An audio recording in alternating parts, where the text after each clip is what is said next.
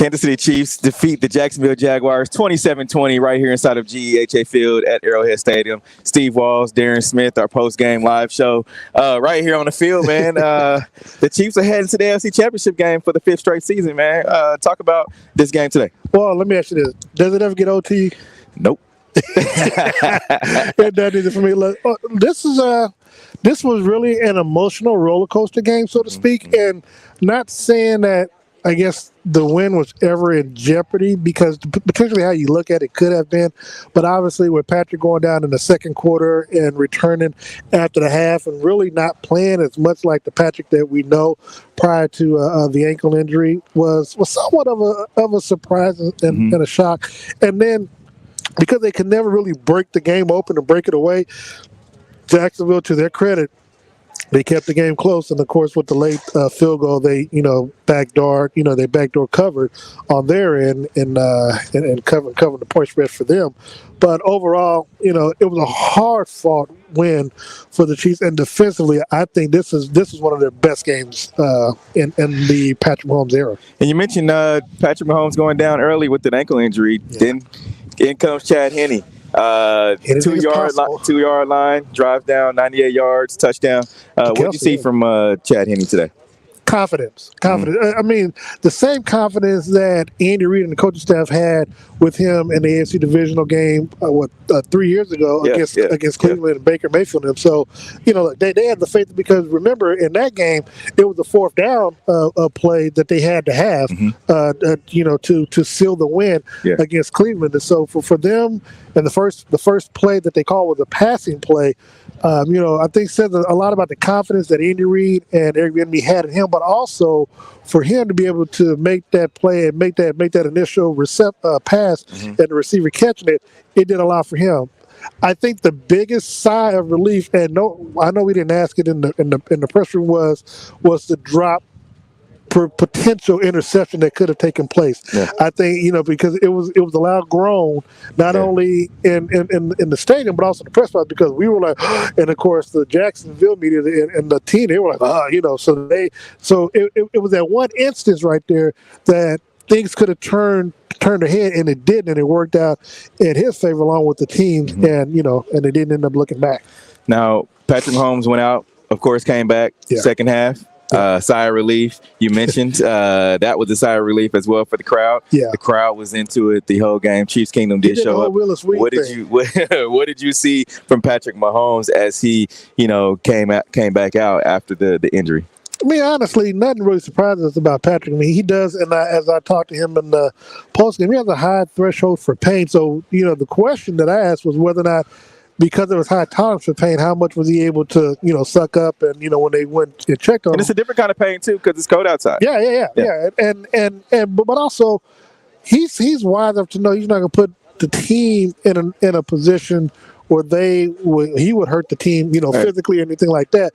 But I also know Patrick, well, we know him well enough to know that you got to drag him off the field. Like, of course. He has to have literally a compound fracture for him to come off the field. And that's just, so when people talk about how he's going to be next week, and I know that's going to be the storyline all week, is how Patrick is going to play next week. It's not going to be, his ankle is not going to be an issue.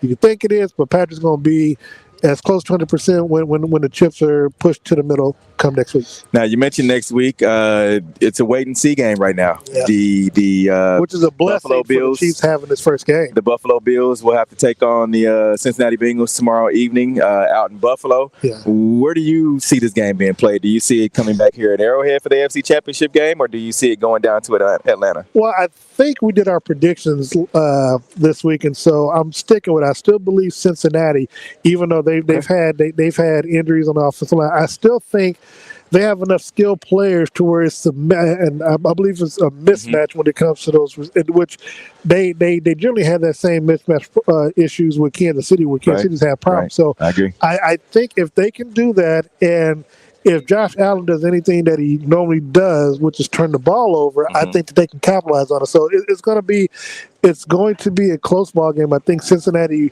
wins it and brings it back to Arrowhead, where for the 4th time in the last 12 months, the Chiefs will get a chance to beat Cincinnati, get to the Super Bowl. And if it is Buffalo, we do have to travel to Atlanta. I still like Kansas City's chances. We coming, baby. No. I really don't hope that happens. Well, the Chiefs did. If you guys are just tuning in, no, we're not going yet. Okay, we're not going yet. If you're just tuning in, the Chiefs did defeat the Jacksonville Jaguars 27-20 right here inside of GEHF Field at Arrowhead Stadium. Remember, you can catch myself and Darren Smith. We will be live from Soiree Steak and Oyster House. Myself, Darren Smith, alongside Sean Tyler, and also DJ Q. Monday, each and every Monday, win or lose, of course. We'll be there at Soiree Steak and Oyster House, 6:30 p.m., 7:30 p.m. 18th Divine Jazz District. So I want to ask you. Yeah. I know you asked me. Your thoughts on the game tomorrow? Because look, because I'm not a real big fan of the NFL doing what they're doing. I understand why they did it, but I still don't think it's fair. It's about money. It's about money. But they technically, if they were going to do it for next game, they should have done it for the game tomorrow as well between Cincinnati because of how that game turned out, and they called. But it was in Buffalo. No, it was in Cincinnati. So if anything, you should have played. But be that as it may, your thoughts on that, and who do you think pulls it out? You know what? I think, like you talked about Cincinnati and their offensive line injuries, they had trouble last year with their offensive line, so I don't think that's anything new. Right. But I do think that Cincinnati will pull this game off. As much as if folks talk about Josh Allen.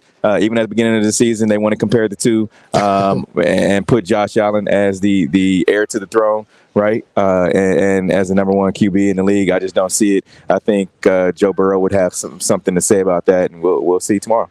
We've got a lot to unpack between now and next week. And again, Steve and I will either be back here. The AFC Championship game will be taking place 5:30 Kansas City time, 6:30 Eastern time. So if it's in Atlanta, it'll be 6:30.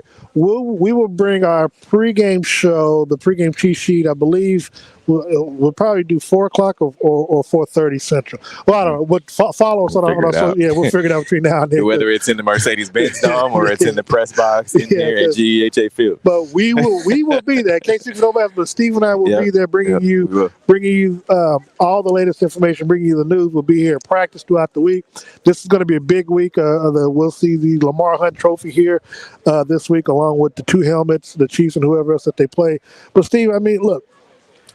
I've asked Kelsey this last week, and asked him again in the press, and you understand because you've been literally by my side in the press box for the last 5 years or the last 4 years that they've played this game.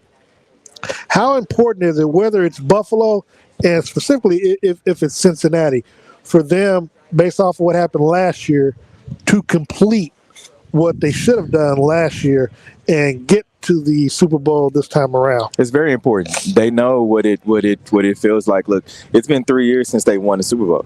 It's been 2019 seems like so far long ago, right? So you know what it felt like to win. You know what it felt like to go down in Tampa and lose to Tom Brady. Then the following year, you know what it felt like, to lose right here on your field to get there. So that kind of takes you back to 2018 when they lost to go to the AFC, to go to the Super Bowl. Yep. So I think, and you remember how they came out and played in 2019 to get to Miami. So I just think, they're going to come out playing very hard because in the back of their mind, they know what that feeling's like, and they've waited all year to get back to this point. Well, couldn't put it any better. Obviously, you got, and I do want to just quickly, we've had a big turnover from last year. Obviously, there's no more Tyreek, but we've talked about it throughout the year. Yeah.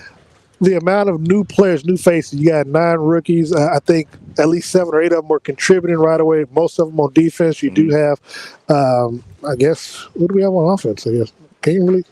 We got any rookies? Oh, yeah, we do have Isaiah Pacheco. Yeah, Pacheco, I'm sorry. So we got those 2. But new faces as well. MVS, this is his first AFC championship. And he's played in 2. I think he's played in a couple with Green Bay.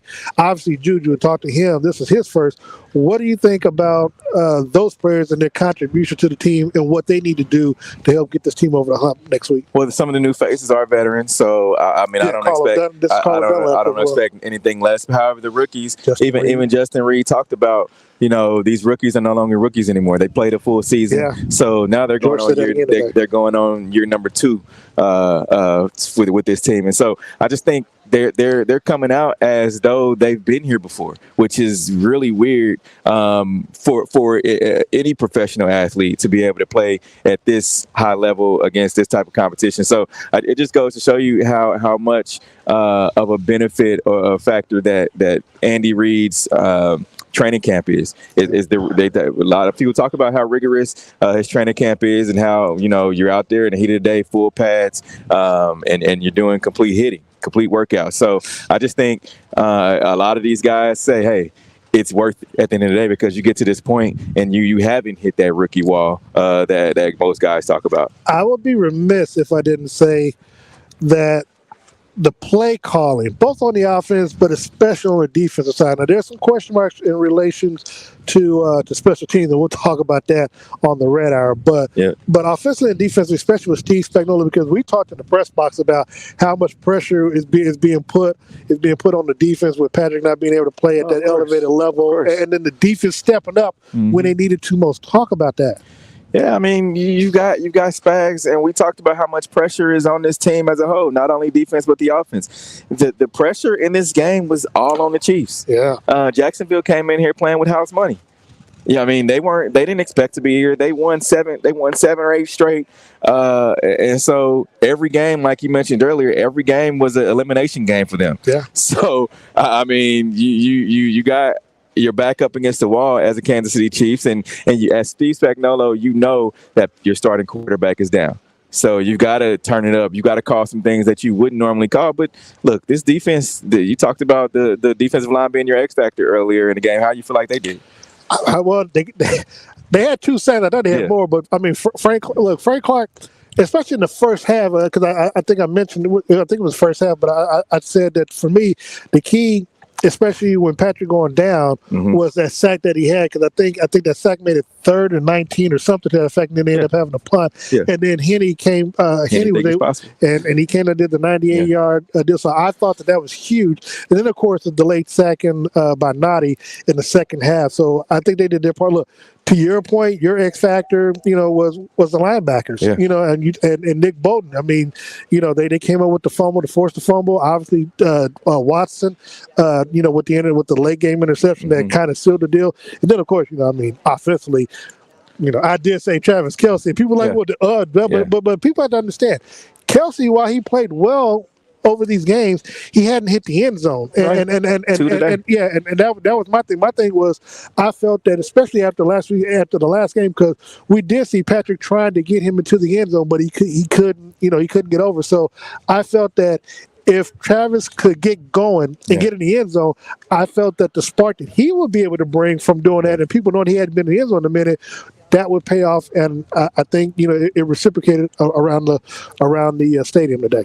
We appreciate you guys tuning in. The Chiefs defeat the Jacksonville Jaguars 27-20 right here inside of GEHA Field at Arrowhead Stadium. For Steve Walls and Darren Smith, remember, catch us on Monday night.